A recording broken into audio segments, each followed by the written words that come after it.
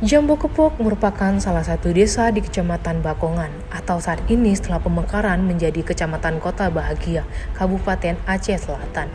Jambok adalah gubuk atau tempat peristirahatan, sedangkan Kepok adalah lumbung padi.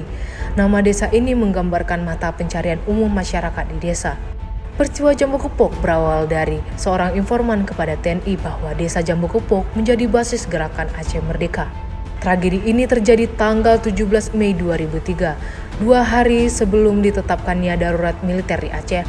Ratusan pasukan militer datang mengepung desa, memukul, menyiksa, sementara para perempuan dikurung di gedung sekolah.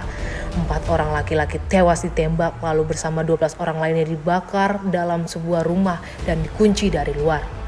Meskipun peristiwa ini terjadi setelah Undang-Undang tahun 2000 tentang pengadilan HAM, namun peristiwa ini tak pernah diadili. Peristiwa ini juga menjadi salah satu 12 kasus pelanggaran HAM berat yang masuk dalam penyelidikan Komnas HAM dan diakui oleh negara melalui pernyataan Presiden Joko Widodo. Hari ini tepat 20 tahun memperingati hari peristiwa Jambu Kepok dengan doa bersama dan dengan harapan peristiwa ini tidak terulang kembali dan pemulihan korban yang bermartabat.